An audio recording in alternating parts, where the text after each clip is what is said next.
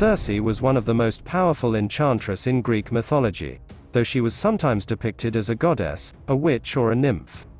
She was associated with magic, and knew a lot about potions and herbs, sometimes used this knowledge against her enemies, and people who offended her, turning them into wild animals. Circe was a daughter of the Greek sun god Helios, and his wife, the Oceanid Perse. This parentage made Circe sister to another powerful sorceress, Pasiphae, as well as Perses and Aides. Of the three female sorceresses, Circe, Pasiphae and Medea, Circe was regarded as the most powerful, and able to concoct powerful potions. Circe was exiled by his father Helios, to live alone on Aia, a fictional island, as punishment for killing the prince of Colchis. She is most famous for her role in the epic story of Odysseus.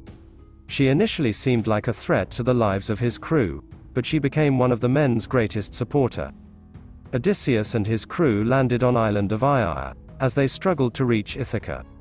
He sent some of men to scout the island, after seeing smoke rising from the forest. They soon found Circe's house, and were surprised by the animals that surrounded the home. Odysseus realized that he and his men were in as much trouble as they had previously. Circe greeted them warmly, and invited the men inside.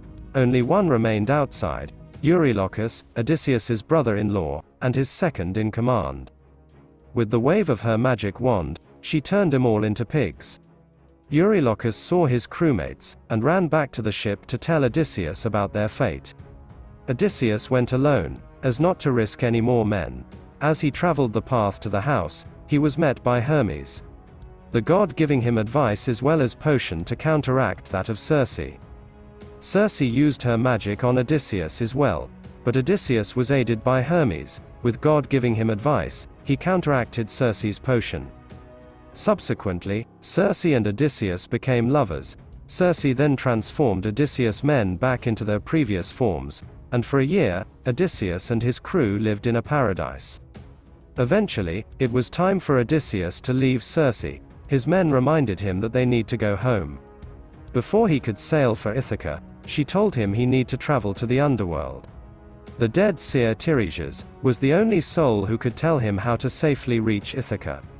Odysseus left Aia the next morning, well prepared for the rest of his voyage. Despite the initial danger, only one member of the crew died on Circe's island. Circe was said to have become mother to 3 sons by Odysseus. These sons were Agrius, Latinus and Telegonus. Telegonus, the last and youngest of the 3, ended up killing Odysseus by mistake, using a poisoned spear given to him by his mother. Telegonus would wed Penelope, and Telemachus, son of Penelope, married Circe. Circe was then said to have made Penelope, Telegonus and Telemachus immortal, through her potions. Circe shows up in the second most famous ancient Greek story of sea adventures, the voyage of the Argonauts.